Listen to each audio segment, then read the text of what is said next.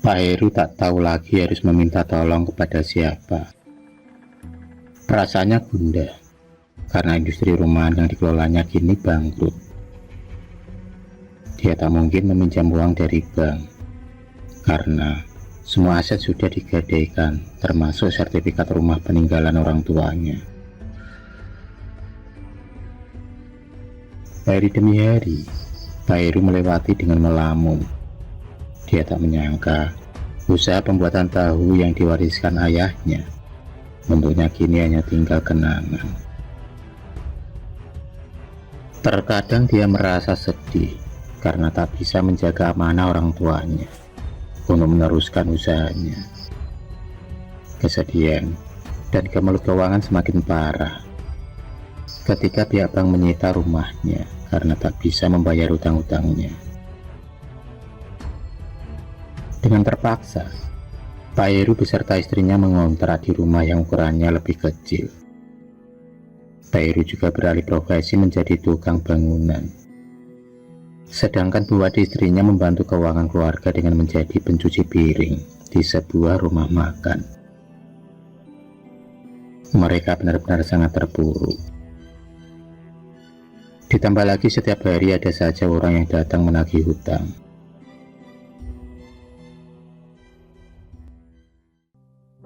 Minto, anaknya terpaksa berhenti sekolah karena keterbatasan biaya. Minto sendiri mempunyai keinginan untuk membantu keluarganya.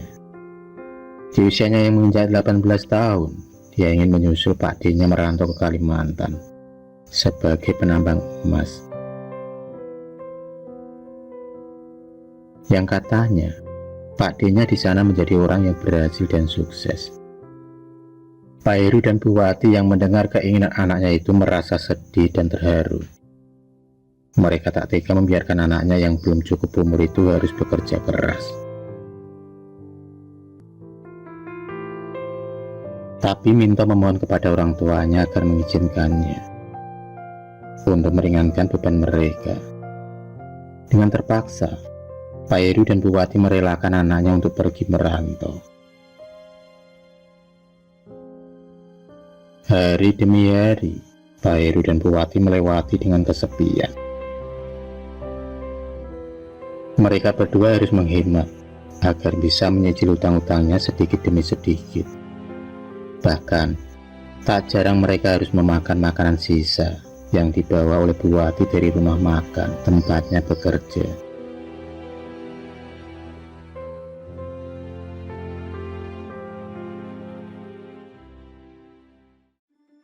Dua tahun pun berlalu.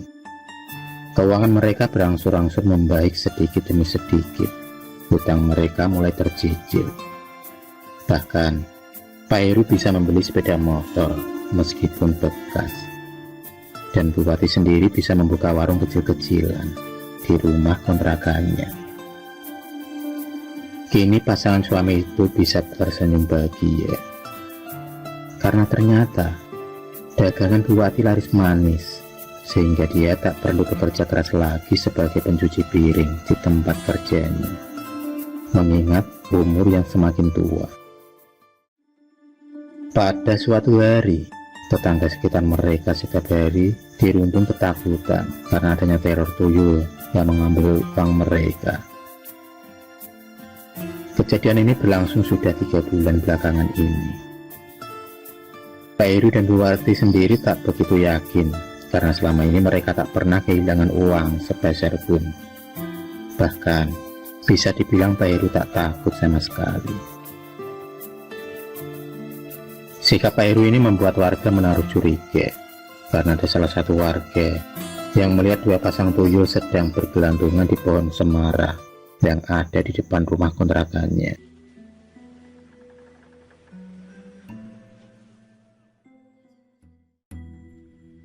Rasa curiga para warga bertambah ketika setelah kejadian itu Bu Wati memakai gelang emas dengan ukuran yang lumayan besar.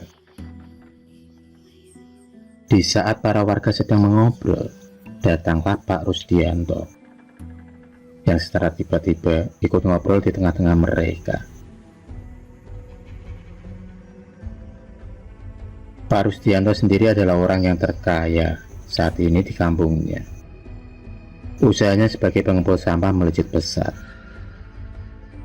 Kata Pak Rusdianto, Pak Heru lah yang memelihara tuyul selama ini, karena Pak Heru bisa dengan cepat mengembalikan hutang-hutangnya selama ini.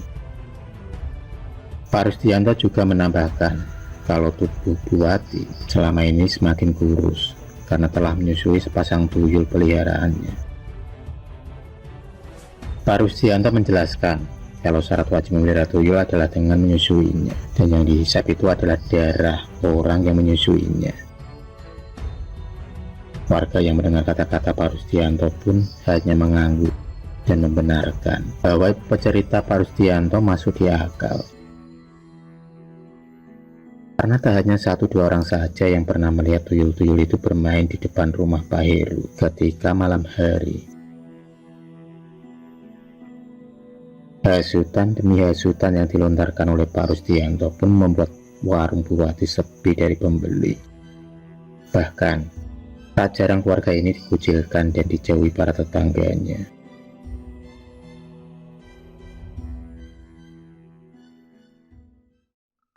Pak Imam, selaku ketua RT, belum bisa memastikan benar tidaknya isu-isu yang berkembang di masyarakat tentang keluarga Pak Heru. Karena Pak Imam sendiri belum menemukan berita yang valid tentang Pak Heru yang memelihara tuyul. Suatu malam, Pak Rusdianto mendatangi rumah Pak Heru bersama warga yang lain. Mereka berbondong-bondong menyerbu dan menyuruh Pak Heru keluar dari kampungnya. Emosi warga tak terbendung lagi setelah diprovokasi oleh Pak Rusdianto. Pak RT tak lagi bisa membendung amarah para warganya yang main hakim sendiri. Pak Heru dan Bu Wati diarak menuju ke kantor balai desa. Mereka dicerca dan dihina.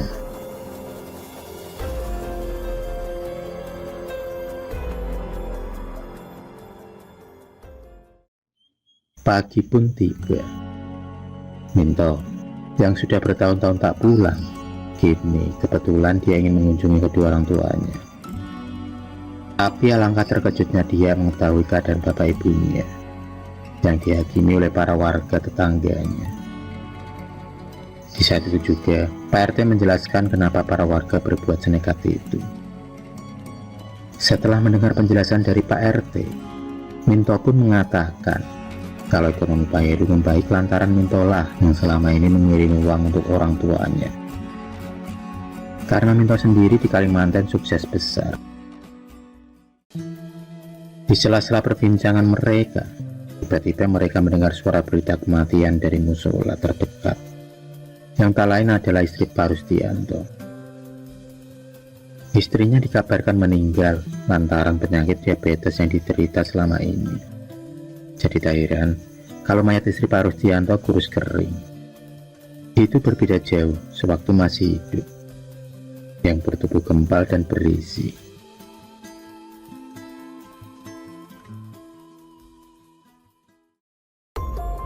Malam pun tiba. Akhirnya Pak Heru bisa berkumpul kembali dengan keluarga tercinta. Sekitar jam 1 malam, Pak RT sengaja menaruh kaca dan Yuyu di pojokan kamarnya.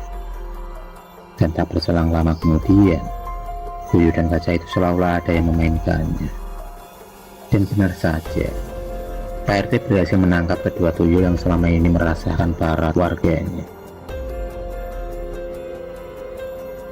Kaca dan Yuyu konon katanya adalah dua benda yang paling disukai oleh tuyul. Mereka akan sibuk bermain dan lupa akan tugasnya untuk mengambil uang. "Siapa ayahmu?" tanya Pak RT. Sepasang tuyul itu pun terpaksa mengaku kalau Pak Rusdianto lah ayahnya. Tuyul itu juga mengatakan kalau mereka adalah anak cucu yang Bondo yang ada di Klaten. Setelah tuyul itu tertangkap, lalu dimasukkan ke sebuah botol kaca.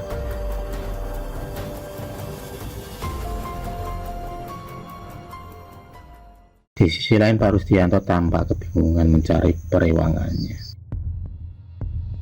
Dalam kebingungannya, datanglah Pak RT ke rumahnya beserta Pak Heru.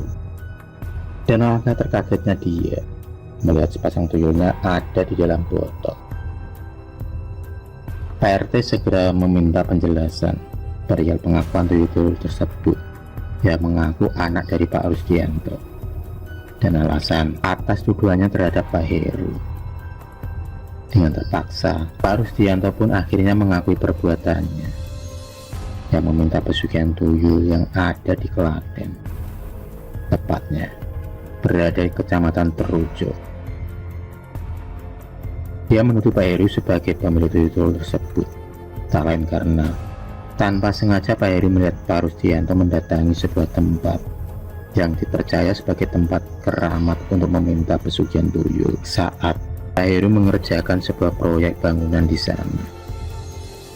Pak Rusdianto takut kalau Pak Heru membongkar rahasianya kepada para warga. Oleh sebab itu, dia pun mengasuh para tetangga agar mengusir Pak Heru. Namun nasib berkata lain. Padahal sebenarnya Pak Heru tak mengetahui apa yang dilakukan Pak Rusdianto.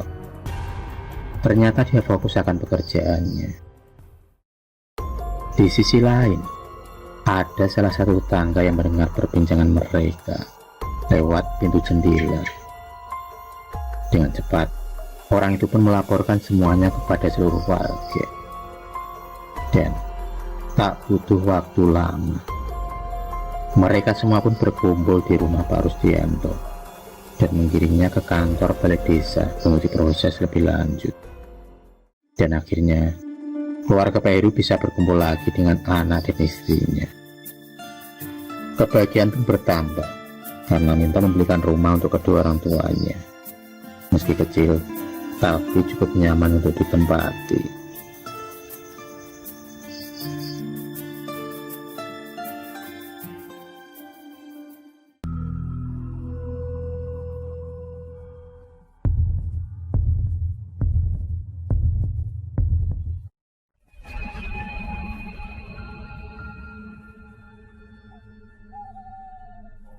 Terima kasih sudah menonton video cerita bergambar ini. Klik subscribe untuk terus menonton video-video cerita bergambar selanjutnya. Semangat berkarya.